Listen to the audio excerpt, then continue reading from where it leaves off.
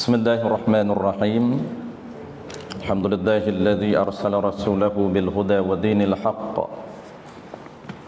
ليظهره على الدين كله ولو كره الكافرون.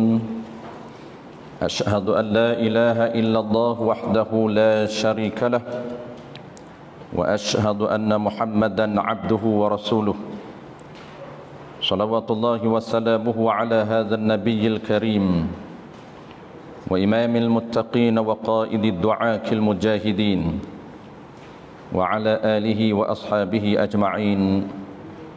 اللهم علمنا ما جهلنا وانفعنا بما علمتنا وجعلنا من المخلصين. وصلى الله على سيدنا محمد وعلى آله وبارك وسلم، والحمد لله رب العالمين. أما بعد. Terlebih dahulu marilah sama-sama kita menyatakan setinggi-tinggi kesyukuran kehadrat Allah Subhanahu wa taala kerana dengan limpah kurniaannya sekali lagi kita diberi kesempatan, peluang dan kekuatan oleh Allah Subhanahu wa taala untuk kita berada dalam majlis kuliah pagi ini. Seperti biasa tuan-puan, kita akan sambung modul kitab kita ataupun modul nota kita ataupun risalah yang kita yang tuan-puan ada, iaitu risalah rukun qauli. Kita akan sambung pada pagi ini rukun qauli rukun fi'li yang kelima.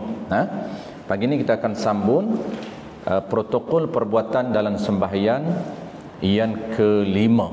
Secara umumnya protokol dalam sembahyang ini ada kategori jenis perkataan 5 dan jenis perbuatan 8. Kita sedang bincang protokol perbuatan di dalam sembahyang ada 8 sambungan. Pagi ini kelima daripada 8. Kelima daripada 8 iaitu sujud.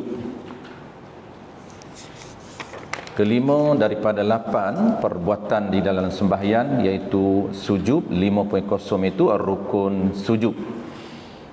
InsyaAllah last kali tuan-puan saya akan respon. Ada soalan di sini berkaitan dengan solat. Ada 3 soalan di sini. InsyaAllah last kali saya akan jawab. Baik, rukun yang kelima sujud.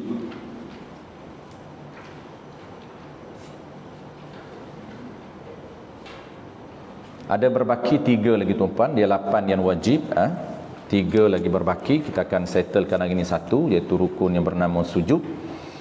Ada 3 rukun yang telah kita bincang secara asasnya. Pertamanya niat, yang keduanya qiyam, yang ketiganya rukuk, yang keempatnya i'tidal. 4 kita dah bincang tata cara untuk nak implement setiap satu persatu 4 itu. Baik, hari ini pula tuan-puan kita nak tengok bagaimana tata cara untuk kita rukuk yang sempurna. 5.1 makna sujud. Selepas rukuk, i'tidal, kemudian sujud. Makna sujud pada bahasa ialah tunduk dan merendah. Tunduk dan merendah diri. Itu dipanggil sujud pada bahasa. Yang kita nak ialah sujud di sisi syariat. Itu paling penting. Yang kita nak belajar ialah peraturan fiqh di sisi syariat. Apa maksud sujud di dalam agama kita ataupun sujud di dalam syariat kita. Manakala makna sujud pada istilah syarak, ini yang kita fokus supaya perbuatan di dalam sembahyang kita menepati sujud di dalam istilah syarak. Makna sujud pada istilah syarak ialah meletakkan 7 anggota orang yang sembahyang pada tempat sujud. Itu dipanggil sujud. Apabila sempurna 7 anggota ke tempat sujud, maka dinamakan perbuatan tersebut adalah perbuatan sujud. Dan dia juga merupakan kemuncak kepada protokol ataupun kemuncak kepada ibadat yang bernama sembahyang. Kemuncak kepada perbuatan di dalam sembahyang nama dia sujud. Sebab itu rukuk dan sujud tuan-puan haram untuk kita melakukan selain daripada Allah Ta'ala. Sujud kepada Allah dan rukuk kepada Allah sahaja yang dibenarkan. Kenapa? Karena perbuatan ini dia perbuatan yang khusus untuk Tuhan sahaja, tak boleh kepada lain. Begitu juga rukuk. Sebab itu timbul isu tuan-puan, haram sekiranya sujud yang bukan termasuk di dalam sujud ibadat. Sujud yang dibenarkan hanyalah sujud yang termasuk dalam kategori ibadat. Pertamanya sujud dalam sembahyang, yang keduanya sujud sawi, yang ketiganya sujud sajadah, yang keempatnya adalah sujud syukur. Ini sahaja. 4 ini sahaja sujud di dalam ibadat. Selain daripada 4, maka haram kita sujud selain daripada sujud kategori ibadat.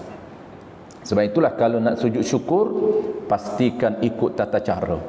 Kalau tak dinamakan sujud itu sujud syukur, maka haram. Bukan dapat pahala tetapi haram. Maka kita kena tahu apa syarat, apa syarat ataupun perkara yang disunatkan sujud syukur. Itu pertama. Yang kedua, apakah dia syarat sah untuk kita lakukan sujud syukur? Dia ada 2 peraturan yang kita kena tahu. Bukan main sujud saja. Ada setengah orang tuan-puan lepas dia solat dia sujud lagi. Orang tanya sujud apa ni Ji? Sujud syukur. Kenapa? Syukur apa ni? Syukurlah dapat datang ke masjid. Bukan semua orang dapat datang ke masjid ni. Dia sebelum dia balik, dia solat sunat. Selepas solat sunat dia sujud syukur. Orang tanya syukur ini kenapa? Ini ada 2 yang saya sebut tadi. Pertama, kena tahu dulu sebab yang disunatkan sujud syukur. Kalau tak dapat sebab, tak sunat sujud syukur. Kalau sujud juga tidak dinamakan ibadat. Apabila tidak dinamakan ibadat, termasuk perkara yang bukan ibadat, haram.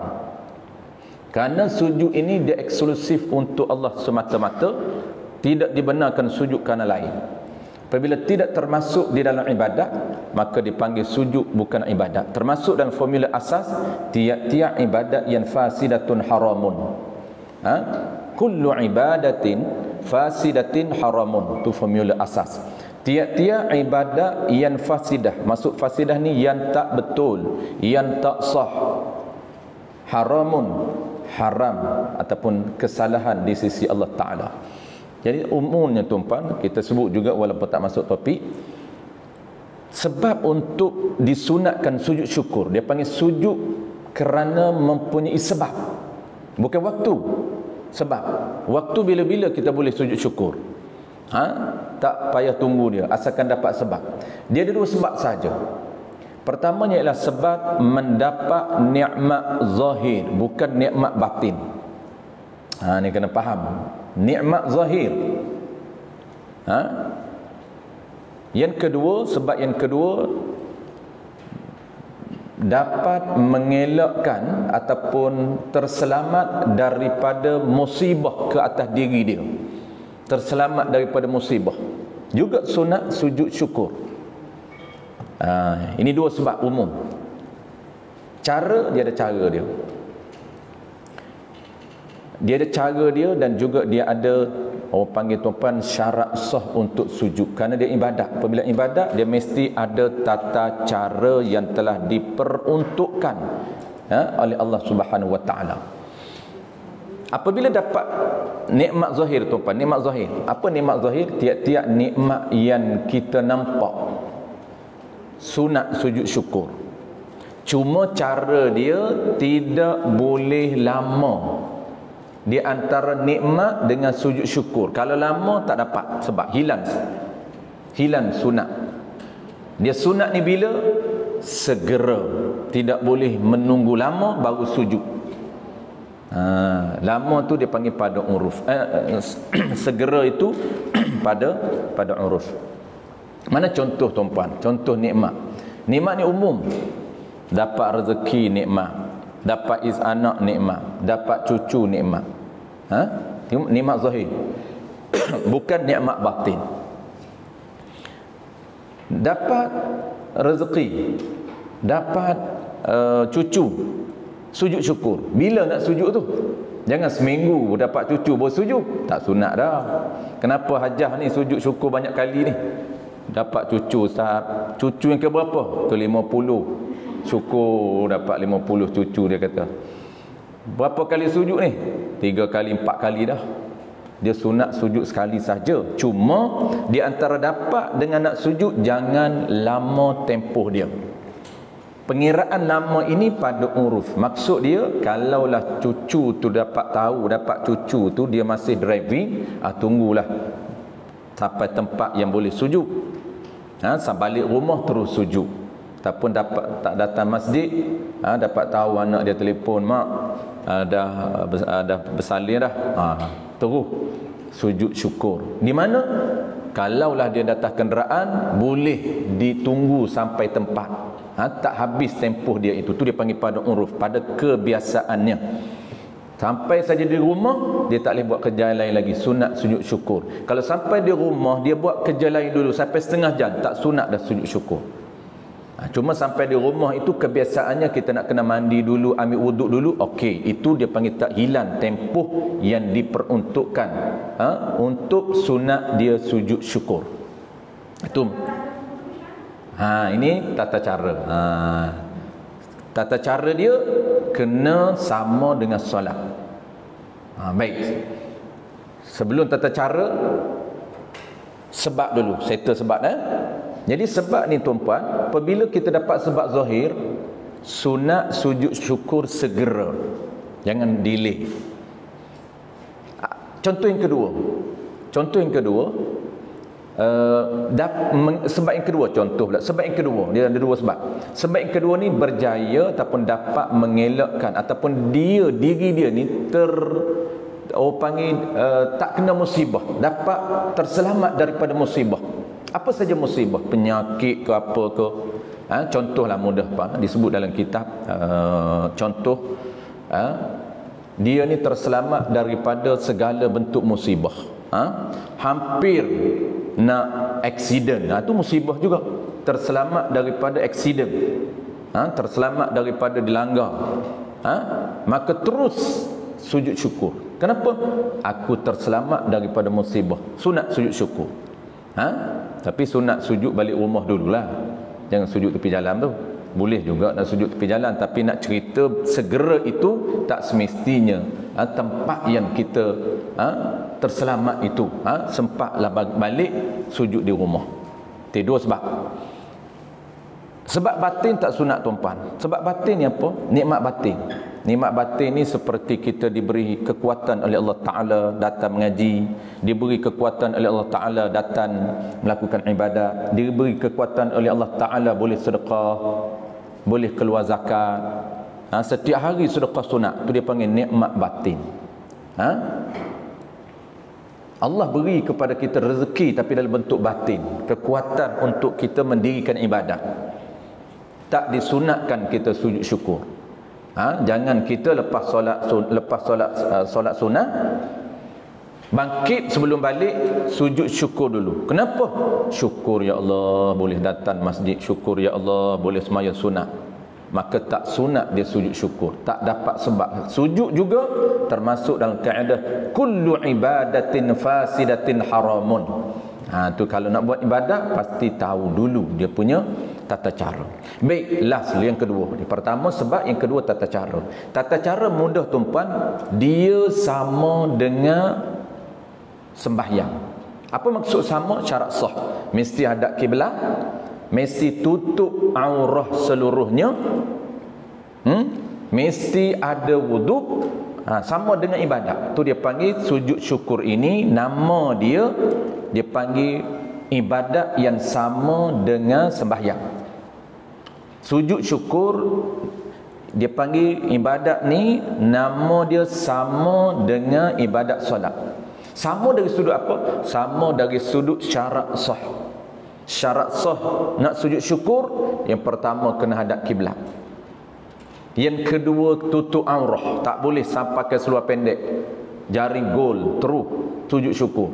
Dah lah pakai seluar pendek, dah lah kiblat hatam entah mana kiblat, Dah lah wuduk mungkin dia ambil lah zon, husnul zon, sebelum dia main di padang tu dia ambil wuduk dulu. Yang kedua dia pakai seluar tutup aurah, okey, pakai walaupun dia pakai seluar pendek tapi lutut tutup, okey lagi. Yang ketiga tak ada kiblat. Tak ada kiblat. Itu tak bincang lagi adakah dikira nikmat zahir jari go tu. Itu asasnya kena kira. Adakah nikmat zahir skor tu dapat jaringkan gol itu nikmat zahir? Kalau tak termasuk nikmat zahir di sisi syarak, walaupun permainan bola itu bukan haram, itu sukan bagus. Sukan ni digalakkan di dalam Islam untuk exercise ni kan, untuk dipanggil apa saja sukan yang boleh membawa kepada kesihatan jasmani itu sunat. Ada kalanya harus, ada kalanya sunat. Tapi umumnya harus dan terkadang sunat exercise kita itu. Kalau exercise kita, senaman kita, permainan kita yang boleh support ataupun membantu badan kita sihat, sunat. Sebab apa sunat tuan-puan? Sebab kena ingat, ini ilmu dah hilang. Ilmu dia panggil ilmu kesihatan dalam Islam ni dah hilang. Jaga kesihatan tu bukan sunat tuan-puan, dia jadi tanggungjawab kita. Jangan kita kata tak apalah sakit pun, tak boleh. Kita kena jaga. Sakit Tuhan bagi, tapi jaga tak sakit itu tanggungjawab kita. Kenapa? Kerana kesihatan badan menentukan prestasi ibadat kita. Nak wajibnya ialah ibadat. Ibadat nak cantik, ibadat nak sunat, ibadat nak kuat, kena jaga kesihatan. Sebab tu kesihatan ini sebahagian daripada ibadat. Tu ilmu dah hilang dah. Ilmu perubatan dalam Islam. Orang dulu belajar. Tuan guru saya dulu dia pakar dalam bidang perubatan. Kita sekarang ni tuan sebut perubatan Islam, duk nampak jampi tu je. Duk nampak rawatan sihir. Itulah dia. Itu sebahagian saja. Maksud perubatan Islam ini dia menyeliputi asasnya ialah pemakanan dalam Islam. Bukan makna ilmu perubatan kedoktoran itu bukan ilmu Islam, tidak, dia sebahagian daripada ilmu Islam. Nabi ni dia tabib, dia doktor. Hari inilah kita panggil doktor, tapi dalam bahasa Arab dipanggil tabib. Nabi ni dia pakar dalam pemakanan, dia pakar dalam perubatan. Kalau nak ikut cara makan, tengok cara makan Nabi. Bagaimana timing dia bila Nabi makan, bagaimana portion dia, bila apa saiz Nabi makan. Nabi tak bedal macam kita. Kita kata Nabi sunnah makan kambing, kita tengok Nabi makan kambing menu saja. Kita tak tengok timing bila Nabi makan. Kita tak tengok portion Nabi makan. Maksud portion ni saiz. Kita bedal sampai 2 pinggang dia bawa. Sunnah macam mana? Ada riwayat yang mengatakan Nabi makan bedal sampai 2 pinggang dia bawa. Dia makan kambing tu apa? Duk sandar kepada Nabi sunnah. Ustaz, Nabi minat kambing ni, hari-hari kambing. Pergi mengajar malam ni Masjid Khairiyah kambing, besok Masjid Sya'alan kambing, lusa Masjid apa nama ni Ampan kambing. Tumban ustaz. Tu yang jam habis ustaz tu. Tak datang kuliah sakit. Kesian kat ustaz. Ustaz pun jenis pantan tengok tuan-puan, membujur lalu melitam patah. Jangan duk suruh. Telur kambing tak tolak, besok lembu lagi tak tolak. Dia sunnah ini Nabi dia pakar pemakanan. Jadi asas dia jaga pemakanan untuk jaga kesihatan. Nabi kata apa? Nabi kata punca penyakit ini adalah perut. Apa maksud perut? Punca pemakanan, punca penyakit berpunca daripada jenis pengambilan pemakanan yang tidak betul. Kajian menunjukkan tuan-puan, salah seorang mentor saya, guru saya dalam perubatan ini, nama dia ialah Datuk Dr. Hamzah pakar jantung. Tuan salah satu guru saya belajar dalam bidang pemakanan. Kajian dia lebih kurang 30 tahun di apa nama ni hospital UPN dalam bidang jantung, bedah, pakar bedah. Dia kata kajian 80% punca penyakit disebabkan oleh pengambilan pemakanan yang tak betul. Tepat sekali apa yang Nabi sebut. Nabi sebut apa? Punca penyakit berpunca daripada perut. Maksud perut inilah pengambilan pemakanan yang tak betul dengan badan kita. Baik, settle tuan-puan, jangan panjang yang tu. Terus kepada perbincangan kita. Apa yang kita nak bincang tuan-puan?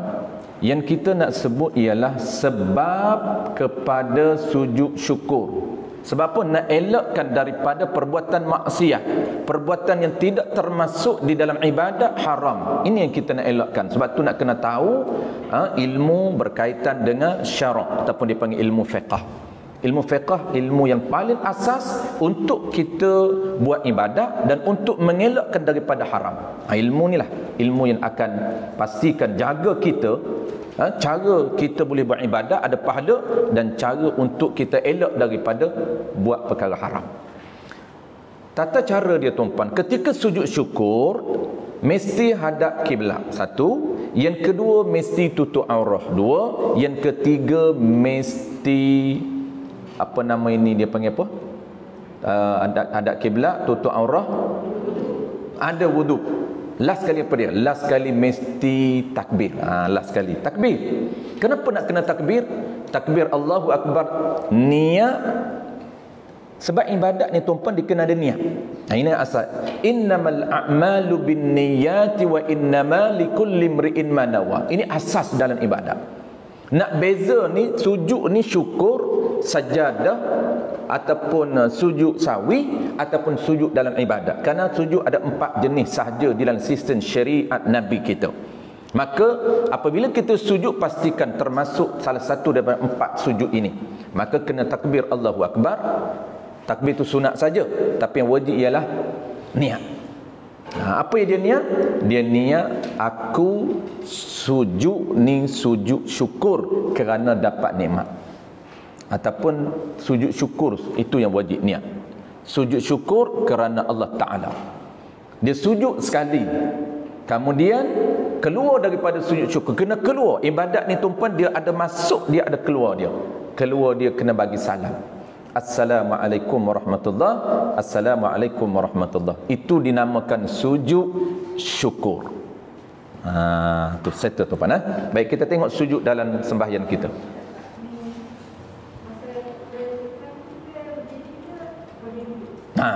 Masa sujud syukur ni kita nak berdiri dulu ataupun kita terus duduk. Ketika nak sujud, nak berdiri dulu ke macam solat ataupun boleh kita duduk? Jawab dia sujud syukur ni tuan-puan, walaupun ada qaul yang mengatakan berdiri, tapi di sini boleh juga kita kita tahiyat akhir, contohnya kita nak duduk dalam tahiyat akhir, tahiyat awal, kita tak nak berdiri, nak sujud sambil duduk. Maksudnya takbir itu sambil duduk dalam keadaan tahiyat awal, boleh juga. Tapi kena pastikan cara pelaksanaan kita itu dinamakan sujud, iaitu rapat 7 anggota. Rapat 7 anggota ke tempat sujud, itu dinamakan sujud di dalam mazhab kita Al-Imamuna Syafi'i. Baik, settle. Sekali saja, sujud syukur sekali saja. Sujud 2 kali ni sujud sawi. Okey, bacaan tu sunat saja. Ni kita sebut yang wajib. Sujud syukur tu yang kita sebut tadi tu, takbir itu sunat, yang wajibnya adalah niat. Bacaan tu itu juga sunat. Boleh dibaca sama dengan sujud dalam sembahyang. Subhana rabbiyal a'la wa bihamdih. Itu sunat saja, tak baca pun tak apa. Sebab kita target kita sujud syukur. Maksud apa? Maksud dianya kita nak dapat pahala sunat dengan sebab sujud sekali sahaja. Sujud kerana syukur. Syukur apa? Syukur nikmat zahir ataupun syukur kepada nikmat terselamat daripada musibah.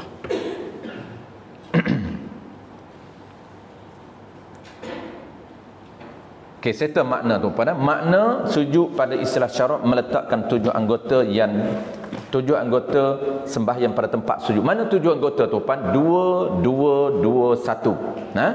2 kaki, 2 kepala lutut, 2 tangan dan 1 dahi. Tu dalam mazhab kita dia panggil 2 2 2 1. Itu mazhab kita. Adapun mazhab Hanafi tuan-puan dia tu 8, 2 2 2 2. Tu 2 kaki, 2 kepala lutut, 2 tangan dan dahi hidung 2. Adapun kita hidung dalam mazhab kita tak wajib. Sunat, tapi sunat.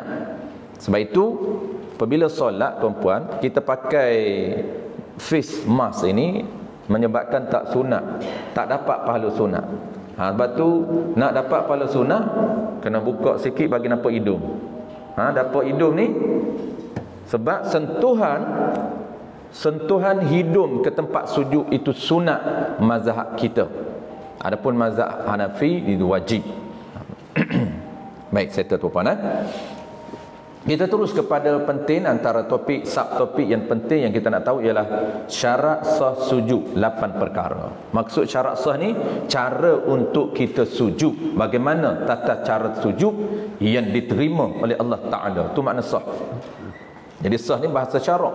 Bahasa kita dipanggil sujud yang diterima oleh Allah Subhanahu Wa Taala. Ada satu lagi istilah batal. Sah batal. Batal ini apa? Batal ini sujud yang tidak diterima oleh Allah Ta'ala. Itu bahasa syarak dan kita kena faham dalam bahasa kita. Baik, yang pertama dia ada 8 semua. Dia ada 8 semua. Yang pertamanya melakukan perbuatan sujud selepas sempurna melakukan i'tidal. Melakukan perbuatan sujud selepas sempurna melakukan perbuatan i'tidal. Baik. Nah, yang tak ada nota boleh kita tunggu nota dulu. Tak faham boleh tanya terus tuan-puan. Kita berorientasikan bengkel ataupun workshop nak repair. Jadi tak perlu ke rushing sangat sebab kita masih ada banyak kelas lagi. Dulu masa saya review tu sebab kita tak ada masa banyak tu kita buat review. Tapi sekarang ni bukan lagi review, kita intensif. Jadi kita buat style bengkel. Maksud bengkel ni kita repair solat kita ini. Jadi tuan-puan boleh tanya apa yang tak nampak, apa yang tak jelas, apa yang tak faham, boleh tanya terus. Tak payah tunggu nanti lepas kelas baru nak tanya, boleh tanya terus. Baik, serta 8 benda yang kita nak fokus tata cara. Tata cara ni cara kita nak sujud ni. Dia ada 8 yang kita kena jaga. 8 syarat. Yang pertama, melakukan perbuatan sujud selepas sempurna melakukan i'tidal. Ini sama je tuan-puan. Rukun syarat yang pertama ataupun terma yang pertama sama dengan terma yang ada pada rukun lain. Kalau kita tak perfect i'tidal, tak boleh kita nak sujud. Maksud dia sujud yang tak sah. Sebab apa? Sebab memang peraturan yang telah ditetapkan oleh Allah Ta'ala kena pastikan setiap rukun clear, baru boleh buat rukun lain. Pastikan rukun itu sempurna di sisi syariat, baru boleh buat rukun yang lain. Kalau i'tidal yang tak sah, i'tidal yang tak sempurna, maka sujud dia tidak diterima oleh Allah Ta'ala. Dia panggil sujud yang tak sah. Kenapa? Tidak menepati syarat sah. Itu dia panggil topik dia. Topik ni kita panggil syarat sah. Terma untuk Allah terima. Kalaulah tak ikut dia punya syarat, maka tidak diterima sujud kita. Walaupun kita sujud cantik, 7 anggota rapat ke tempat sujud, tetapi ada satu benda, satu terma yang kita tak patuh, maka tak diterima oleh Allah Ta'ala. Walaupun sujud kita cantik. Itu penting syarat ni tuan-puan. Pelaksanaan dia kena follow terma. Bukan kira cantik di sisi kita. Kita sujud cantik dah, rupanya i'tidal tak sempurna. Kenapa i'tidal tak sempurna? Tak mematuhi satu terma i'tidal yang nama dia lah tumakninah. Contoh dalam i'tidal tuan-puan kita ada sebut bulan lepas, minggu lepas, dalam i'tidal sami'allahu liman hamidah rabbana walakal hamd, sujud. Sebelum sujud, terma yang mesti patuh tumakninah. Apa tumakninah? Berhenti bergerak segala perbuatan, bukan segala perkataan. Perkataan tak stop terus, tapi yang berhentinya ialah perbuatan. Itu dipanggil tumakninah. Berhenti segala perbuatan, yakni gerak kita sekejap. Sekejap saja berhenti. Barulah kita turun. Rabbana walakal hamd, boleh turun. Ini sembahyang seorang diri. Nanti sembahyang kalau ada kesempatan masa akan datang, mungkin kita sempat belajar satu topik yang penting juga, nama dia ialah tata cara follow, tata cara mengikut imam. Kalau sembahyang seorang diri, selepas Rabbana walakal hamd mula turun. Tapi kalau sembahyang jemaah, dia ada etika dia. Bila nak mula bergerak turun, itu kena tahu. Itu akan datang.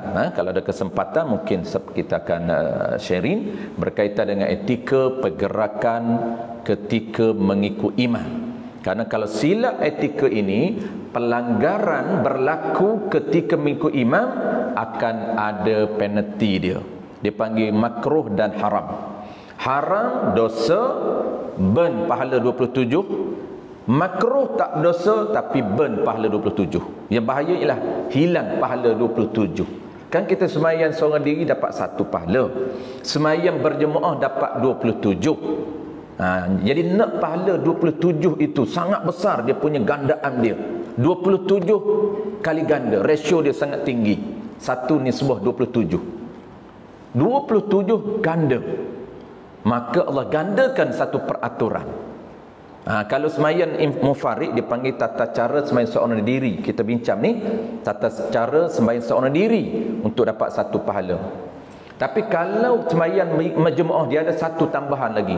Modul yang kita kena belajar, nama dia ialah syurutul iqtida'un. Topik dia ni dia ada 13 terma sah ikut imam. Sah dan dapat pahala ikut imam. Inilah yang kita akan bincang, isu masbuk dan muwafiq. Isu masbuk dan muwafiq. Baik, saya tuan satu. Yang pertama, melakukan perbuatan sujud selepas sempurna melakukan i'tidal. Kena settle i'tidal. Dia bahaya tuan-puan. Dia kadang-kadang kita tahu ini dia kena mainkan peranan penting ilmu fiqh. Kadang-kadang kita tahu, tetapi dari segi implement, dari segi pelaksanaan, dia tak sedar, tak realize pergerakan dia. Kalau kita tanya, dia kata tak perasanlah bergerak. Ini penting sangat-sangat untuk kita jaga alert ketika kita dalam solat. Allahu Akbar, Sami'allahu liman hamidah, Rabbana walakal hamd. Kita orang tua ni okeylah. Terkadang budak-budak nak kena jaga anak-anak kita, bagi disiplin awal, jangan bergerak di dalam solat selain daripada pergerakan sembahyang. Walaupun terkadang dia tak sedar pergerakan itu, tak sedar hayunan dia ini, duk berayun tangan ni, melenggang tangan ni, duk biasa berjalan pun melenggang, dalam solat pun melenggang juga tuan-puan. Itu penting, jangan dalam solat jangan melenggang. Dia tak syarat bergerak kuat, asalkan bergerak saja, walaupun pergerakan dia tu sedikit, tetap dinamakan tidak ada tumakninah. Yang kedua, rapat semua 7 anggota ke tempat sujud dan tempat pijak bagi orang yang sembahyang. Baik, yang kedua kena rapat. Maksud dia, cara kita nak sujud, kita tahu 7 ni mesti rapat ke tempat sujud. Okey, jadi syarat keduanya, pastikan kesemua rapat 7 anggota ke tempat sujud dan tempat pijak. Maksud tempat sujud ni, tempat pijak ni kaki kita rapat. Jangan ketika kita sujud, 2 kaki tu naik ke atas. Kan ada orang sujud ala macam itik tu, kaki di atas naik, sebelah kaki naik. Kalau naik dua-dua belah tergantung, tu jarang lah. Ada juga tergantung dua-dua belah kaki naik atas. Macam itik minum air tu, dia naik atas kaki. Jadi sujud dia tuan-puan, dahi dia okey rapat, 2 tangan okey rapat, dia pakai elok. Tetapi 2 kepala lutut okey lagi. Tapi yang naiknya terlebihnya tuan-puan, dia break terlebih, 2 kaki atas tu dia terjuntai. Maka tidak sah sujud yang 2 kaki yang atas terjuntai. Ataupun dia sekejap dia letak, sekejap atas, sekejap dia letak, sekejap naik. Dia nak kena rapat sepanjang sujud dia. Jangan sekejap atas, sekejap rapat, sekejap naik, sekejap rapat, sekejap naik. Itu syarat yang kedua. Dia panggil tempat sujud dan tempat pijak bagi orang yang sembahyang. Okey, isu dia tuan-tuan, tempat pijak. Ni. tempat pijak merujuk kepada rapat perut anak jari kaki atau perut ibu jari kaki atau tapak kaki, kedua-dua kaki ke lantai atau ke tempat pijak. Nah, ini biasa tuan-puan akan bertemu isu ni ataupun perbincangan ini berkaitan dengan nak rapat hujung saja ataupun nak kena lentikkan. Biasa dengar kan? Nak kena lentik ke? Jenis orang kerah nak lentik tak boleh. Tekan dia, nak bagi lentik, nak kena bagi. Kalau pacak macam tu, itu dia panggil hujung jari kaki dan ibu jari kaki. Tapi dia nak rapat ni, adakah rapat hujung jari kaki saja dan ibu jari kaki saja? Adakah syarat yang kena rapat ini dia punya, orang panggil apa tu? Bukan hujung, dia punya apa yang disebut tu? Perut. Nak rapat perut, di sini tuan-puan dia ada dua pandangan, yang kuat, yang muktamad dan yang dhaif. Jadi dalam fiqh ni tuan-puan, ni umum saja saya sebut. Dalam fiqh, supaya tuan-puan boleh orang panggil apa? Tahu cara untuk kita interaksi dengan hukum. Orang yang kadang-kadang kalau dia tak tahu asas ni tuan-puan, dia duk pening. Ada orang kata boleh, ada orang kata kena rapat lentikkan ibu jari, ada kata tak perlu lentik, just pacak saja. Yang mana sebenarnya? Isu ni tuan-puan, dia ada dua pandangan, dua qaul. Dan qaul ini dia ada dua standard. Standard yang paling kuat yang ni kita nak cari yang kuat. Standard yang kuat ini tuan-puan, dia panggil apa? Dia panggil qaul yang mu'tamad. Mu'tamadun. Apa maksud mu'tamad? Aqwalu dalilan, yang kuat dalilnya. Ini yang paling kuat. Ini dia panggil standard pertama. Inilah ulama dia warak tuan-puan, dia beramal dengan standard pertama. Kalau ada khilaf, ada standard yang kedua tuan-puan. Standard kedua dia panggil pandangan yang lemah tapi boleh beramal, boleh pakai. Dia panggil apa tuan-puan? Dia panggil qaul dha'ifun. Qaulun dha'ifun. Qaulun dha'ifun ni dalam bahasa Melayu dipanggil pendapat yang lemah nisbah hujah, nisbah dalil. Para ulama lemah, walaupun lemah tetapi boleh beramal. Ni cuma di sini kena pandai tahu cara disiplin ilmu. Apabila kita nak beritahu kepada orang, kena guna standard pertama, jangan guna standard kedua. Jangan nak sharing kepada orang, nak cerita kepada orang, nak beritahu hukum, terus kita ambil standard kedua. Tak boleh. Disiplinnya kena guna qaul yang mu'tamad, pendapat yang kuat. Pendapat yang lemah itu kita boleh beramal untuk diri kita. Sebab dia lemah, untuk diri kita boleh, dan nak cerita ke orang lain boleh. Cuma sekiranya majlis itu majlis pembelajaran, kita belajar kena cerita semua. Tapi sekadar untuk memberitahu hukum, tak boleh nak cerita satu pendapat lemah saja, tak boleh. Dalam fiqh dia ada dua tu. Dia ada pendapat yang kuat, dia ada pendapat yang lemah. Terkadang yang menjadi ada yang kata begini, ada yang kata begini. Sebenarnya tuan-puan, terkadang, bukan semua, terkadang dia dua pandangan, satunya kuat, satunya lemah. Cuma kita tak tahu yang mana lemah, yang mana kuat. Terkadang juga ada satu yang betul, satu tak betul. Tu kena belajar. Tak semestinya apabila ada berlaku dua je isu, A kata begini, B kata begini, dua-dua betul. Tak semestinya. Kena belajar. Baik, di sini tuan-puan ada dua pandangan. Yang kena letak saja tu pun betul, dia kena lentikkan rapat perut ibu jari kaki ke tempat pijak, dan juga rapat perut ibu jari kaki dan juga ibu jari ni ke tempat pijak. Ini qaul apa? Ini qaul yang mu'tamad. Kita kena beramal kalau mampu tuan-puan, qaul yang mu'tamad.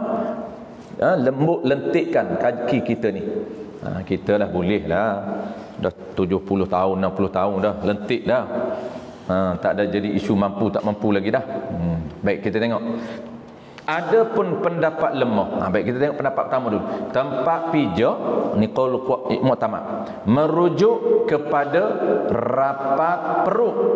Bukan hujung, tidak. Beza tu hujung tu. Hujung, ni hujung jari. Ni hujung. Rapat perut anak jari kaki. Perut anak jari. Ni kita lentik macam tu. Nak tunjuk tak boleh tuan-tuan. Tak boleh demo. Huduh sangat. Kalau orang lain nak demo boleh Baik. Tak payah demo, dah tahu dah. Baik. Rapat perut bukan hujung perut. Perut anak jari kaki atau perut ibu jari kaki. Kenapa dia kata atau tuan-tuan? Sebab ada terkadang kita hanya mampu rapat perut anak jari kaki, ibu kaki tak boleh turun. Kenapa? Memang dia pendek, tak sama. Jangan. Ini ada orang tanya, ustaz, ibu jari kaki saya pendek, tak sama dengan anak jari. Yang rapat lentik hanyalah anak jari. Ibu jari kaki saya tergantung, tak boleh nak rapat macam mana? Tu dia kata atau.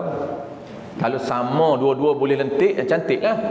Ada juga orang ibu jari dia kaki pendek, yang panjang ialah anak jari. Tu. Atau perut ibu jari kaki. Ataupun dia boleh buat juga tapak kaki kedua-dua kaki. Lentik sampai tapak ni. Ni tapak dia lentik. Bukan ibu jari saja, bukan anak jari kaki saja lentik, dengan tapak-tapak ni. Tapak ni tuan-puan. Ni tak boleh tunjuklah. Tunjuk kaki kat tuan-puan pula. Kan? Jadi rapat ni lentik dia tu. Tu sunat tuan-puan, sunat pula. Qaul mu'tamad. Adapun pendapat lemah. Ini nak lemah tuan-puan, jangan susah hati. Pendapat lemah. Adapun pendapat lemah, tidak wajib meletakkan perut anak jari kaki, tak wajib. Hanya wajibnya pendapat lemah hujung jari. Letak asalkan rapat saja hujung jari kaki, asalkan jangan tergantung, jangan sujud sambil naik. Ni nampak simple tuan-puan. Biasa kita tengok dia sujud sambil kaki dia naik. Dia macam ni, dia buat macam ni. Dia main lah. Sekejap naik, sekejap letak, sekejap naik, sekejap letak, sekejap naik. Tak perasan sebenarnya, kita tahu dia tak sedar tu perbuatan dia tu. Adapun pendapat lemah, tidak wajib meletakkan perut anak jari kaki atau perut ibu jari kaki atau tapak kaki ke tempat pijak. Baik, itu yang asas yang wajib. Sebelum kita nak bincang yang dia nak sebut yang sunat. Ni baru terma kedua. Nanti habis ke-8 terma ini kita akan bincang isu sunat, sunat sujud. Kita akan settlekan dulu 8 terma. Last kali baru kita akan bincang tambahan sunat. Ketika kita sujud, macam mana action atau perbuatan kita sunat. Lebih kurang ada 3 cara gerak kita yang sunat. Baik. Okey, sebelum nak terma ketiga, tengok last kali itu cara melakukan sujud sunat. Ni sunat. Baik, asas kita dah tahu. Rapat 7 tu, kaki tu qaul mu'tamad mesti lentik. Qaul mu'tamad lentik, dan qaul dhaif hujung jari, memadai hujung jari sahaja. Baik, settle. Ni sunat tuan-puan. Tu dapat pahala sunat. Bagaimana cara kita nak turun? Kan 7 tu kan, dia ada cara nak turun. Ada setengah orang dia terjun terus. Sakit gout tu, dia terjun terus. Tengok macam mana cara. Yang sunat, ini yang mampu lah ni, yang boleh buat. Kalau tak mampu, dia terjun. Tangan bukan tangan tu dulu turun. Dia sunat. Kita tengok baca dulu sunat. Sunatnya ialah melakukan sujud sunat dilakukan secara tertib. Meletakkan 7 anggota yang dimulakan dengan anggota yang rendah terlebih dahulu, iaitu 2 lutut. Kena mula dengan 2 lutut. Kan ada orang kan dia tangan dulu. Nak demo ke?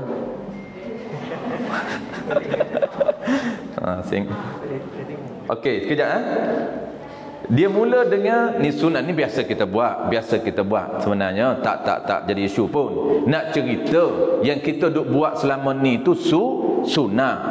Cuma kalau kita tak tahu sunat, tak dapatlah pahala sunat. Itu penting untuk kita tahu. Dia panggil al-ilmu bil manwi. Tahu apa yang kita buat tu, baru dapat pahala sunat. Okey, sunat ini dia ikut susunan, bermula dengan lebih rendah terdahulu. Kan dia ada dua satu tu. Dia paling rendah kaki. Memang of course dah kaki akan duduk di bawah, kaki akan mula. Jadi tertib yang kedua, dia kena mula lutut dulu. Jangan turut tangan tekan dulu. Okey. Iaitu dua lutut, kemudian dua tapak tangan dan dahi. Dua lutut, barulah kita mula dengan dua tangan. Barulah dahi. Itu dia punya susunan yang sunat. Kena mula lutut dulu. Kalau memang kita duk buat macam tu dah, cuma kita nak tahu itu sunat. Melainkan orang sakit, dia terpaksa tangan dulu. Sebab dia sakit kaki kan, dia terpaksa kena buat macam terjum tu. Dia kena buat teknik tu. Sebab apa? Dia tak boleh bertahan lutut ni, lutut sakit. Tu tak apa, tak jadi isu. Tak dapat panggil apa, tak dapat pahala sunat pun tak apa yang tu. Yang penting dia boleh buat wajib. Ni cerita nak dapat rekod ataupun pahala sunat. Jadi dia mula dengan dua lutut dulu. Macam kita buat. Ni. Tangan jangan turun lagi. Baru tangan. Jadi step dia, kaki dah rapat, dua kepala lutut, baru dua tangan. Last kali dua tangan, baru last kali sujud. Jadi sebab tu tangan jangan hulur lagi. Tengok teknik saya buat. Tangan ni kalau nak tertib cantik, tangan dia kena susun macam ni lah. Sebab apa? Sebab setengah orang tangan dia duduk macam ni tuan-tuan. Ini nak mula get ready untuk lomba lari. Kadang-kadang dia dah get ready dah. Ni, baru dia tunjuk, tujuk. Itu tak sunat. Tengok yang betul dulu tuan-tuan. Teknik yang betul dulu. Okey, sami Allahu liman hamidah, Rabbana walakal hamd. Tumakninah. Mula turun. Tengok tangan kita. Okey, sebab tu saya paling cantik ni ialah tangan ni letak di atas ni. Tengok supaya kita tak terbiasa dengan kat sini. Tangan kat sini, barulah kita step yang ketiga. Pertama, kedua, ketiga, sujud. Okey, settle. Yang tak betulnya ialah bukan kata salah tapi tak dapat pahala sunat. Tuan-tuan jangan kata, salah lah saya. Tak dapat pahala sunat. Dia buat macam ni, tangan dia tak. Ni. Biasa orang buat tuan-tuan, dia letak sini dulu. Sebab apa? Dia nak menahan. Takut jatuh. Takut tersungkur. Biasalah kita untuk tua ni tuan-tuan, takut terpelanting belah kiri, terpelanting belah kanan. Nak alignment kita dah lari, balancing dah lari. Workshop tak masuk, tak pernah alignment, tak pernah balancing lama dah. 30 tahun dah. Kereta jaga, badan tak jaga, tu problem. Jadi ini dia nak bagi balance tangan, tak sunat tu pana. Kita kena letak macam ni. Melainkan dia tak boleh letak macam ni ustaz, tumban. Macam tu memang kena buat macam ni lah. Takut tumban. Ni cerita orang yang normal, yang sehat, mampu, kena letak macam ni. Jangan buat macam ni. Tak sunat. Letak macam ni terus. Okey, itu cara yang kedua yang tak betul. Maksudnya yang tak sunat. Ada orang kalau dia tak sakit tapi dia buat juga tak dapat pahala sunat. Tangan dulu. Ni langkah step. Step dia lutut nombor 2. Dia tangan dulu. Itu sujud dia. Dia penerjum. Penerjum. Healer. Gaya nak terjum. Walaupun sehat dia, tapi oleh kerana teknik dia tak tahu, dia main hantam je. Dia gaya dia kata sedap macam tu sah. Sedap dia kena main terjum dengan tangan dulu. Jadi dia terjum tangan dulu. Nak tangkap benda boleh Okey, settle tu mana? Jadi ada 3. Jangan 3-3 buat. Buat satu je. Satu yang sunat, 2 yang tak sunat. Yang tak sunat iaitu terjun tangan dulu ataupun kita step by step tapi tangan kita letak terlebih awal. Okey, baik. 1. Settle. Okey, kita terus ke terma yang ketiga.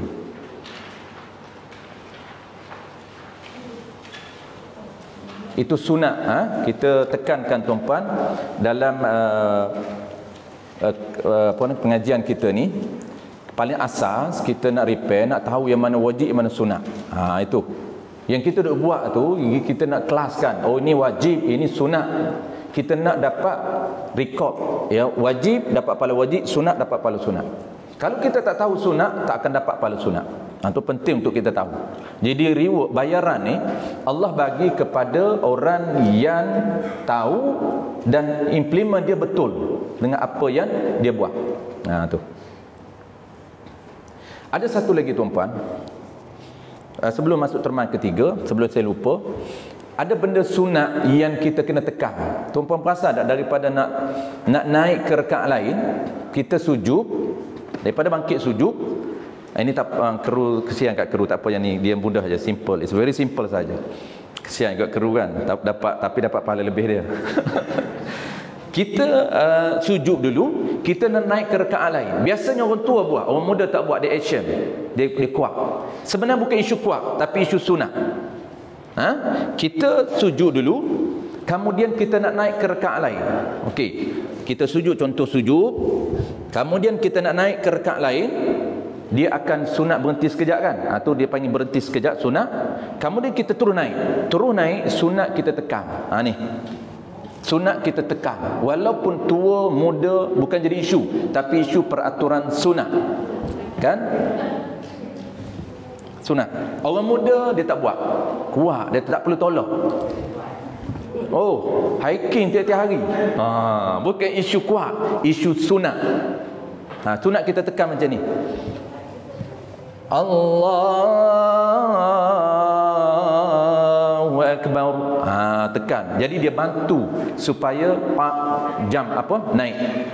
Itu antara etika perbuatan dan juga pergerakan yang mana sunat, yang mana wajib. Belah aja. Tak. Sunat sebelah tangan saja. Sunat sebelah kanan, belah kanan saja, tolak naik. Tangan sakit tak sunat lah. Jangan tangan sakit dia buat, itu. Okey, satu lagi, ini juga bagus. Tu Haji tanya, ni antara etika dia panggil teknik. Sunat hamparkan, jangan buat penumbuk. Hampar macam ni, jangan tekan dengan penumbuk ni. Ada orang buat macam ni. Sunat dia ada dua pahala. Dua perbuatan sunat. Sunat tekan satu, yang kedua cara tekan hamparkan. Jadi nak dua rekod. Tak sunat tekan menggunakan cara panggil apa ni? Kepal lah apa? Penumbuk. Kita guna penumbuk lah mudah. Guna penumbuk. Jadi dia hanya dapat satu, dia dapat tekan saja. Kita nak sunat tekan, dan juga cara tekan itu hamparkan jari ke kiblat. Ni boleh buat macam ni pun. Dia kata kuat lagi ustaz kalau buat macam ni. Memanglah kuat, tapi dia ada rahsia dia. Kenapa tekan ini? Kerana nak jari kita hadap ke arah kiblat. Bagus tanya. Itu penting tanya tuan-tuan. Baik, saya terus kepada terma yang ketiga.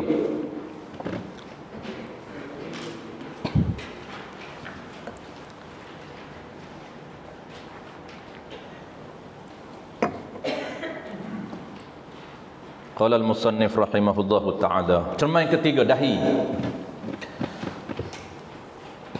Dahi mesti terbuka. Kita express sikit tuan-puan. Dahi mesti terbuka.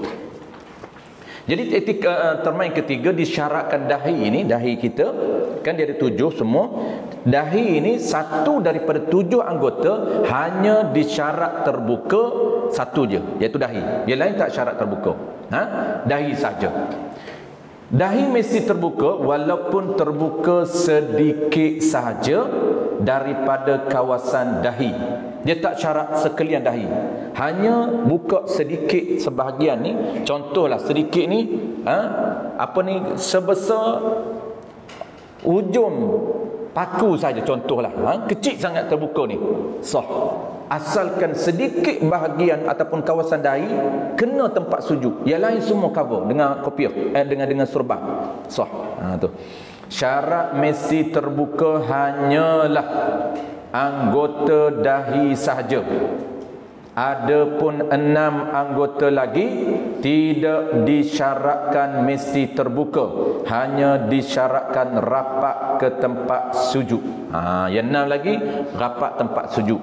Sebab tu boleh pakai stokin. Orang lelaki kadang-kadang pakai stokin, boleh pakai stokin.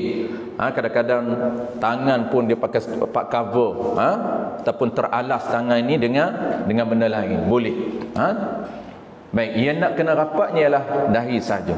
Isu dahi berlapik dengan sesuatu. Ini isu tak sah sujud sekiranya dahi terrapat dengan sesuatu, ataupun dia panggil sujud atas benda. Tu tengok.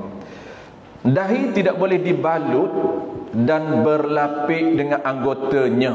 Tak boleh. Dia kena dahi ni walaupun sedikit buka, sedikit rapat tempat sujud. Sebab tu kalau lah orang pakai serban penuh habis ni sampai ke dahi serban dia ni. Ni bukan dahi dah ni. Serban penuh atas ni. Dia tutup habis. Ni rapat habis. Nak sujud atas apa? Sujud atas serban. Sujud atas serban. Pakai serban tiru saja. Jadi ibadat ni tuan-puan, dia kena ada ilmu. Walaupun dia nak buat ibadat tu sunat, serban ni sunat. Nabi kata ta'ammamu fa innal malaikata ta'ammamat. Ini hadis, walaupun hadis ini menjadi perbahasan, bukan hadis sahih, bukan hasan, ada kata hadis dhaif, walaupun dhaif tapi hadis boleh beramal dengan pakaian serban. Cuma tata satu hukum sunat, yang kedua cara untuk dapat pahala sunat.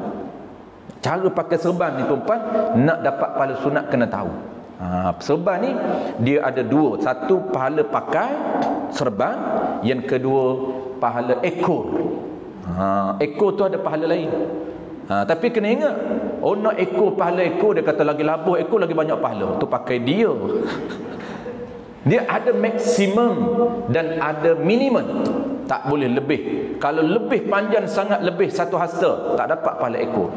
Kerana panjang itu lebih daripada hak yang ditetapkan dalam peruntukan memakai serban. Pakai serban mudah aja, tuan-puan lilit macam mana pun dia panggil serban. Bukan nak pakai kain warna putih, itu dia panggil apa? Itu warna, pemilihan warna. Tapi nak cerita dapat pahala. Ambil kain batik tuan-puan di rumah, lilit dapat pahala serban. Sebab tu orang dulu tuan-puan, ulama dulu kan. Jadi dia nak dia pakai serban ni, setiap tempat pakai serban, cuma dia panggil style dia. Nak ke kebun, serban juga. Tapi dia pakai lilit dengan kain lepah. Orang Kelantan kain lepah. Cuma apabila dia pakai kain lepah tu, kain batik tu, dia panggil, bahasa kampung dia panggil, tak panggil serban, dia panggil semutar. Semutar. Sebenarnya itu serban, dapat pahala serban. Dia nak keluar ke bendan, semutar. Dia tak pakailah serban, sebab serban itu untuk ibadat dia. Tapi nak ceritanya pahala itu dapat kalau dia niat lah. Asal kelilit macam mana dapat pahala serban. Yang kedua, cara ekornya. Ekor ni paling pendek 4 jari, disebut dalam kitab. 4 jari kita ni, ini paling pendek ukur. Ni. Ini paling pendek. Lebih kurang 4 cm. Ukurlah berapa cm. Ini paling pendek. Kalau pendek sangat daripada ni, tak dapat pahala ekor.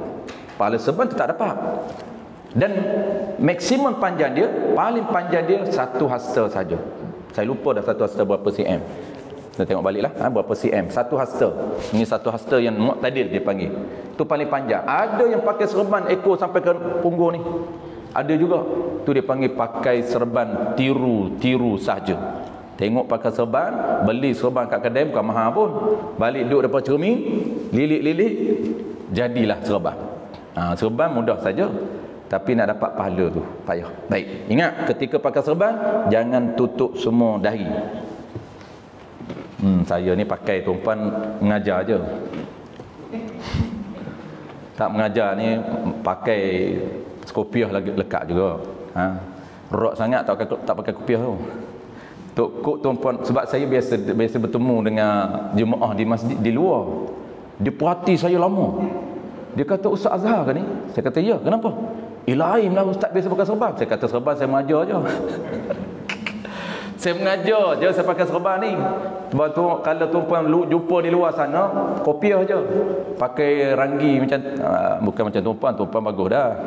Rockers lah. Oh, muda tuan-puan, bukan muda lagi, tua dah. Tapi ni beramal ni hanya ketika mengajar je boleh pakai. Dia tua-tua boleh agak. Umur 60 tu boleh pakai. Semua pergi shopping pakai serban, kan? Pergi kebun pakai semutar. Tu. Lah ni tak boleh pakai lagi. Jangan tiru saya lah. Puan dan tiru saya pula. Ada tok guru saya, tapi bukan tok guru saya. Tok guru saya ni salah seorangnya Kiai Ahmad. Dia pondok di Pesantren Indonesia. Pondok saya dulu tu setiap setahun sekali panggil lah tuan guru daripada Indo sebulan mengajar. Dia ni pakai serban pakai jubah besar kawasan kampung dia. Maksudnya orang kenal dia. Dia keluar saja. Dia keluar sampai di airport, dia nak datang Malaysia kan. Sampai di airport, dia bungkus serban dia lah dalam kain. Bungkus, pakai baju kemeja, pakai seluar, pakai kopiah. Kita orang tu masa belum-belum duk tunggu dia di airport tu, tengoklah gambar, tak pernah sampai di Indo lagi, hanya berurusan dengan ni je. Tengok gambar, mana kiai ni? Tak sampai-sampai ni, tiba-tiba dia muncul depan kita orang. Kita duk tengok gambar serban dengan jubah labuh ni. Tiba-tiba sampai baju kemeja depan. Kata, kiai. Rupanya dia kata, mana serbannya kiai? Ada dalam beg dia kata. Kata, kenapa kiai bungkus? Dia kata, ini cara aku. Aku tak nak orang muliakan. Bahasa dia lah. Dia kata, aku pakai serban besar kan jubah labuh kan orang hormat pula. Orang kata aku kiai, orang kata aku tuan guru. Aku bukan tuan guru. Ni tawaduk dia. Saya bukan tirulah, maksud saya ni saja, saya tak nak. Dia tak nak orang hormat dia. Dia kata kiai di Indo ni kan hormat, tuan guru. Kalau kita tuan guru lah, tuan guru besar lah kita. Hormat, jumpa orang hormat, cium tangan. Dia tak nak orang muliakan dia. Dia tak nak. Baik, kita terus tuan-tuan kepada yang isu dia. Dahi ini tidak boleh dibalut dan berlapik dengan anggotanya, seperti memakai serban sehingga terlindung semua dahi, atau sujud di atas tangannya, atau sujud di atas sesuatu berhubung dengannya. Sujud di atas tangan, sujud di atas lengan, sujud di atas ekor serban dia, sujud di atas kain seridak dia, ataupun sujud di atas kain telekom kalau perempuan. Tu. Sujud yang berhubung dengannya. Berhubung dengan dia ni, dia sujud atas kain yang berhubung dengan dia, maka tidak sah sujud. Dianggap berlapik. Macam orang perempuan, dia sujud atas kain telekom lah. Kain telekom di depan, tercover habis sujud. Kenapa? Kalau geraklah dia itu, geraklah kain telekom, itu tidak dibenarkan. Tapi kalaulah walaupun ada perhubungan dengan dia, gerak dia tidak bergerakkan kain itu, kerana labuh panjang sangat, contohlah saja, boleh sujud di atas benda walaupun ada berhubung dengan dia, tapi benda itu tidak bergerak dengan geraknya dia dalam solat, tidak, itu boleh sujud. Tapi kalau sujud di atas benda yang ada bersubung dengan dia, bergeraknya benda itu, macam telekon kita bergeraklah telekom ini, maka tak boleh sujud atas telekom. Ini isu sujud atas telekom tidak sah. Yang keempat tuan-tuan, terus kepada terma yang keempat. Kita ada masa 20 minit, 10 minit lagi. 10 minit lagi tuan-tuan, sebab saya nak jawab soalan. Tak apa, 8 ni kita sambung minggu depan ada lagi, sepanjang Disember ni kita ada. Baik, yang keempat, mesti ditekan dahinya atau kepalanya ke tempat sujud dengan cara dilepaskan kepala ke atas lantai dan tidak menahan dahi daripada rapat ke tempat sujud. Baik, ini ada dua isu tuan-tuan, juga ada qaul. Jangan bimbang, ni ada dua pandangan. Dia yang asas, yang wajib kita sujud lepas, jangan tahan, tu je. Tak perlu kita tekan. Yang asasnya, yang wajibnya kita lepas ataupun kita letak dahi kita ni, yang lain okey, tak ada masalah. Yang kaki belakang tu rapat je, jangan angkat. Kita dah bincangnya tadi. Tangan tu rapatkan. Cuma dahi ni termain ketiga, keempat ni nak kena tekan atau just letak lepaskan, jangan tahan. Kan kita ada isu tahan. Contohnya kita sujud tempat yang batu-batu banyak ataupun tempat yang pasir banyak. Kalau lepas ni kan sakit. Jadi kita sujud asalkan sentuh je. Sebab nak tekan, nak lepas tak boleh. Kalau lepas sakit, itu tak sah. Kan kita sujud macam ni tuan-puan. Ni contohlah. Kalau saya sujud itu tak nampak. Ni contoh tempat sujud. Ni air, sujud atas air, jahanam lagi. Ni kita nak kena lepas. Maksud lepas, letak je dari kita. Kalaulah isu ada tempat sujud kita ni pasir-pasir, kita sujud terasa sakit, menyebabkan kita cuba tahan, nak bagi sentuh je, tu tidak sah. Dia panggil sujud tahan macam ni. Tekan tangan kita, bagi sentuh je. Tak sah. Dia kena lepas. Walaupun qaul mu'tamad kena tekan. Ni ada dua qaul. Tengok kita baca yang mu'tamad. Mesti ditekan.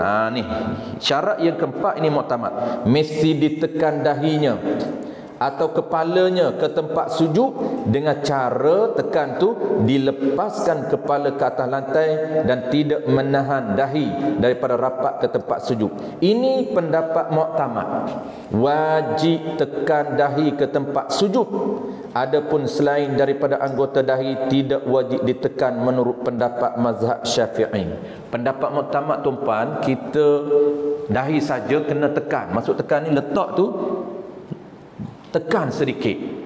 Jangan lepas saja. Tekan sedikit. Ini yang mu'tamad. Adapun yang dhaif, adapun pendapat lemah bagi Imam Haramain, tidak wajib tekan kepalanya ke tempat sujud, hanya lepaskan kepalanya ke atas lantai. Hanya lepas, letak saja. Jangan duk tahan. Jangan tahan. Asalkan lepas, tak perlu tekan, itu sudah memadai cara sujud. Jadi biasanya kita buat tuan, memang kita letak dah, lepas dah, tak menahan-nahan dah, itu okey lah. Cuma yang nak beramal dengan qaul mu'tamad, dia kena tekan sedikit. Bukan tekan tangan, tapi tekan dahi, tonyoh dahi sedikit. Tu settle yang keempat. Yang kelima, tak ada masa sikit lagi tuan-puan. Okey. Kita baca yang kelima last. Yang keenam kita akan sambung akan datang. Yang kelima, tidak bertujuan turun sujud kerana niat lain daripada semata-mata perbuatan sujud dalam sembahyang. Ini simple saja, sama dengan rukun yang lain. Maksud dia tuan-puan, ketika nak sujud tak perlu kita niat. Ada jemaah tanya 2-3 minggu lepas, tak ingat di sini atau tempat lain, dia kata, adakah kita setiap rukun tu kita nak kena niat? Kita niat satu tempat saja. Sahaja aku sembahyang fardu zuhur 4 rakaat kerana Allah, settle. Nak rokok tak perlu niat, sahaja aku rokok kerana Allah. Nak i'tidal tak perlu niat, sahaja aku i'tidal kerana Allah. Nak sujud tak perlu niat, sahaja aku sujud kerana Allah. Tetapi syarat dia, jangan, sungguh pun tak perlu niat, jangan ada niat ataupun tujuan sujud lain daripada sujud ibadat. Apa maksud sujud lain? Maksudnya sujud lain ni kerana, contoh sahaja, kerana nak hilangkan lenguh pinggan kita. Sujud tu kita rasa lega, maka semata-mata untuk menghilangkan lenguh dan sakit kita, tak sah sujud kita. Tapi taklah semestinya wajib kita kena niat sujud kerana Allah. Memadai niat satu saja, dia menjalar, tu dia panggil istilah syarak. Niat ini dia menular ke seluruh rukun sampailah salam. Tapi ingat, jangan potong dia. Maksudnya jangan cross dengan niat lain. Kalau cross niat lain, dia putus, memutuskan orang panggil apa, perbuatan tersebut. Melainkan tetapi sah sujud sekiranya ada niat berkongsi tujuan dengan yang lain. dengan niat yang lain semasa sujud, seperti niat turun sujud dalam solat serta ada tujuan yang lain. Tujuan lain contohnya untuk hilangkan lenguh ataupun hilangkan sakit kita. Tu boleh. Maksudnya aku sujud ni apa? Sambil-sambil nak hilang sakit ni. Lama sangat ni duduk berdiri ni. Okey, boleh. Yang keenam, insya-Allah tuan-puan, yang keenam kita akan sambung minggu yang keempat, minggu yang ketiga. Saya dah beritahu awal, saya tak sempat untuk sambung minggu depan, minggu ketiga kita tak ada minggu ketiga, kita akan sambung minggu keempat. Saya ada program di Johor, kebetulan januari asal di Johor. Jadi insya-Allah kita akan sambung minggu keempat tuan-tuan. Keenam, tidak boleh sujud di atas sesuatu yang bergerak dengan gerakannya. Kita akan detailkan lagi isu sujud di atas kain, ataupun sujud di atas kain telkom, ataupun sujud di atas kain ridak, ataupun sujud di atas ekor serban. Baik, saya nak jawab ada 3 soalan ni tuan-puan.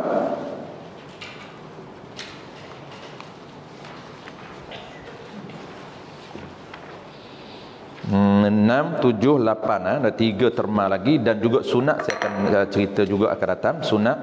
Sunat gerakan ataupun dipanggil pergerakan sunat ketika kita sujud tu juga akan disebut bulan atau minggu depan. Soalan yang pertama tuan-puan berkaitan dengan masbuk muwafiq. Boleh jelaskan mengenai masbuk dan muwafiq? Baik, asas saya cerita jawapan yang ringkas sebelum kita detailkan dalam topik akan datang. Apa dia masbuk dan apa dia muwafiq? Masbuk dan muwafiq. Masbuk ni tuan-puan, ini antara topik yang agak penting di dalam isu tata cara solat jemaah. Tata cara solat jemaah. Tata cara solat jemaah ni tuan-puan, dia ada asasnya 13 peraturan mengikut imam. Sah dan tidak sah, kena tahu 13. Boleh ke tidak ikut imam di luar pagar? Ini isu-isu yang berkisar berkaitan dengan imam akan dijelaskan dalam 13 peraturan. Dan yang kedua, isu masbuk dan muwafiq. Ini asas juga.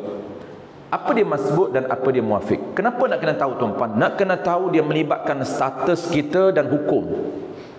Kita kena tahu status aku ni di belakang iman, adakah masbuk, hukum masbuk, adakah aku muwafiq dan hukum muwafiq.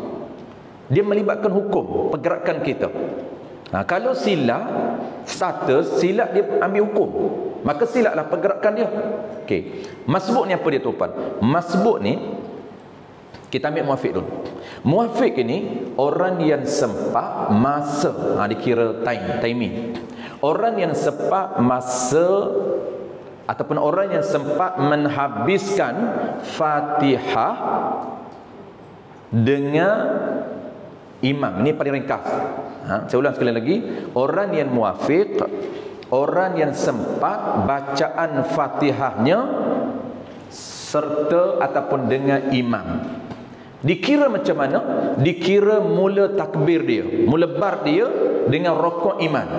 Sempat tak tempoh mula bar dia Allahu Akbar dengan rokok iman, adakah sempat untuk dia habiskan bacaan Fatihah standard sederhana? Jangan laju sangat, jangan perlahan sangat. Dia panggil standard yang panggil apa? Tadwir.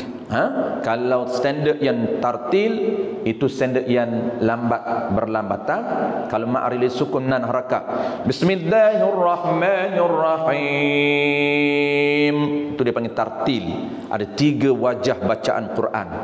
Diambil kira ini wajah bacaan sederhana, iaitu tak terlampau lambat, tak terlampau cepat, pertengahan, 4 harakat. Dipanggil, nama dia bacaan tadwir. Kalau cepat 2 harakat, Bismillahirrahmanirrahim, 2 harakat saja. Kalau sederhana, Bismillahirrahmanirrahim, tak sampai 6 harakat. Alhamdulillahirabbilalamin, tak sampai 6 pun. Ar-Rahmanirrahim, Maliki yaumiddin. Itu tempoh bacaan dengan dia punya kadar laju yang sederhana, sempat tak masa untuk dia bersama imam. Belum imam rakaat dia dah waladdallin. Imam rakaat maksud dia ialah muwafiq. Apa status, kalau status dia muwafiq, apa hukum dia? Hukum dia wajib dia ikut imam rakaat, dia wajib rakaat. Fatihah dia dah selesai, apabila imam rakaat dia kena rakaat. Ini dia panggil muwafiq. Ada satu lagi tuan-tuan. Satu lagi nama dia ialah masbuq. Apa maksud masbuq? Orang yang tak sempat masa, kadar masanya untuk menghabiskan Fatihah serta iman ataupun dengan iman. Bila boleh ukur sama, mula bar dia sampai rukuk iman. Contoh tuan-tuan, saya masuk Allahu Akbar. Kalau imam kita nak baca doa iftitah ataupun tidak, kena tengok tuan-tuan. Jangan sebarangan. Nak baca doa iftitah sunat ni, ada kesunat baca iftitah ataupun terus Fatihah, kena tengok. Kalau zon hati kita imam ni, sebab imam dah baca surah, lazim. Kalau imam kita tak yakin imam baca panjang, jangan baca doa iftitah. Tak sunat baca doa iftitah, terus baca wajib. Sebab sekarang imam tengah ataupun sedang membaca surah sunat. Mungkin imam baca, walaupun imam kata Ar-Rahman 'allamal Quran. Oh, kita kata baca surah Rahman ni panjang imam ni. Kita pun baca doa iftitah. Rupa dia baca 2 ayat. Ar-Rahman 'allamal Quran. Allahu Akbar. Hampir. Itu bahaya. Tak boleh nak zon. Kita jangan tak sunat baca doa iftitah, terus baca bismillah. Contoh, saya baca Allahu Akbar, Bismillahirrahmanirrahim, Alhamdulillahirabbil alamin, Arrahmanirrahim. Saya pun ambil kadar pertengahan juga.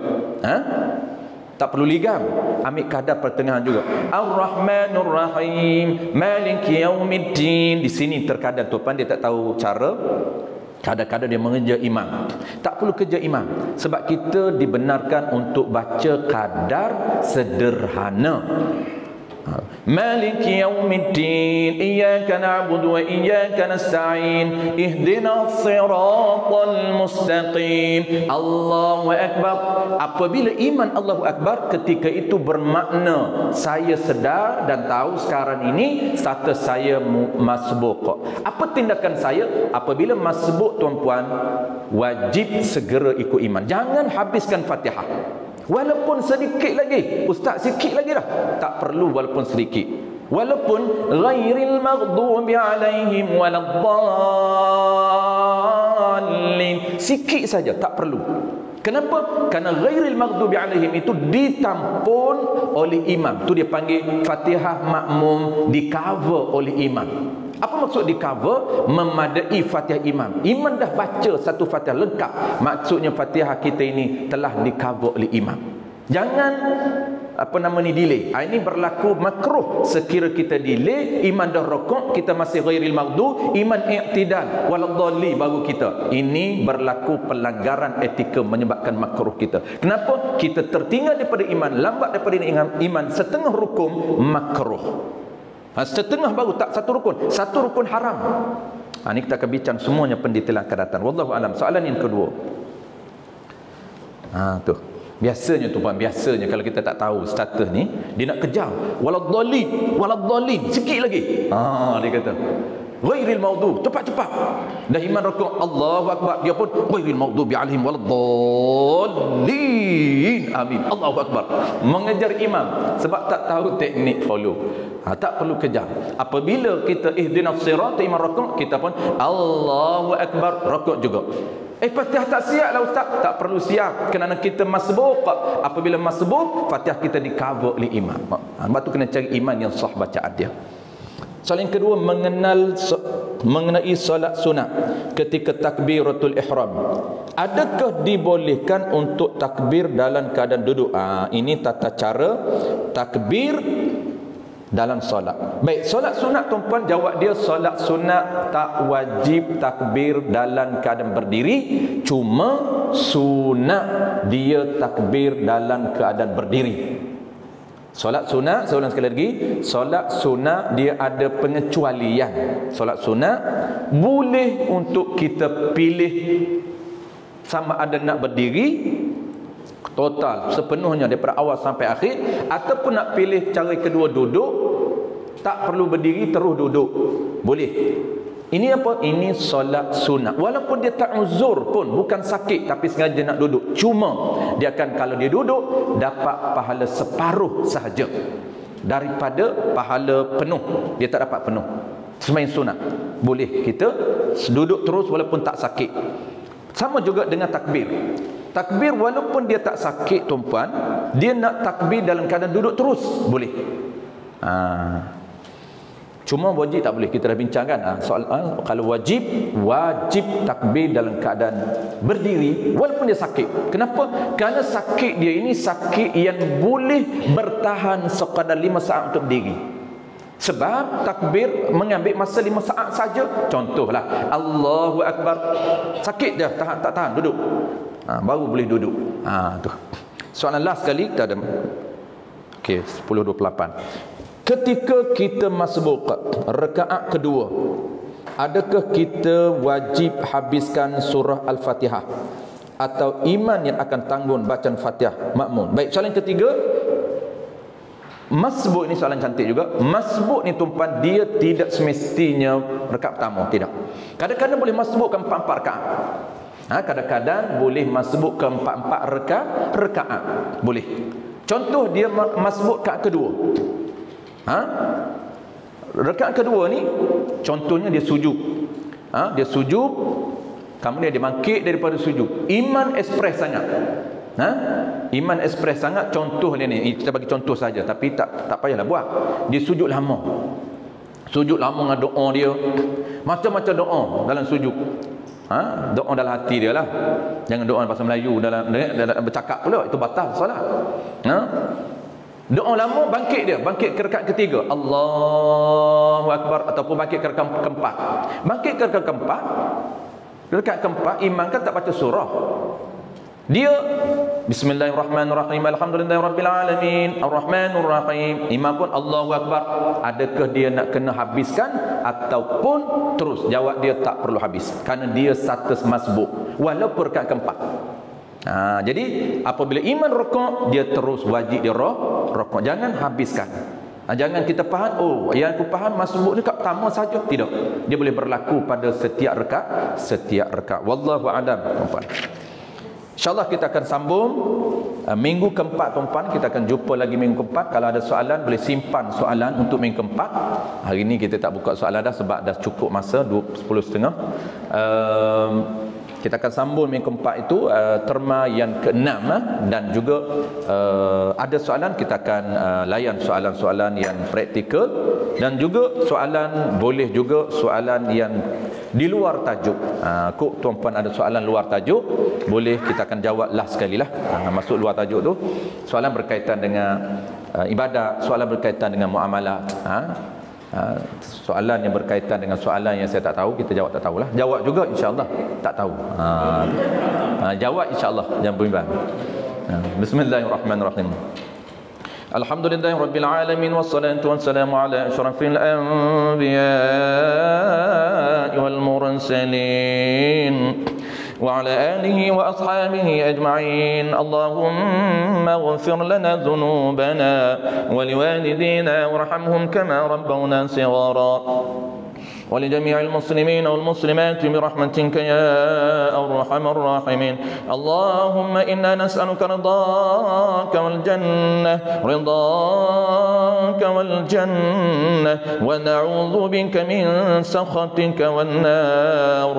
اللهم فقهنا في الدين وعلمنا التأويل، واجعلنا من العلماء العاملين، واجعلنا من المخلصين. وصلى الله على سيدنا محمد وعلى آله وبارك وسلم، والحمد لله رب العالمين. sama-sama.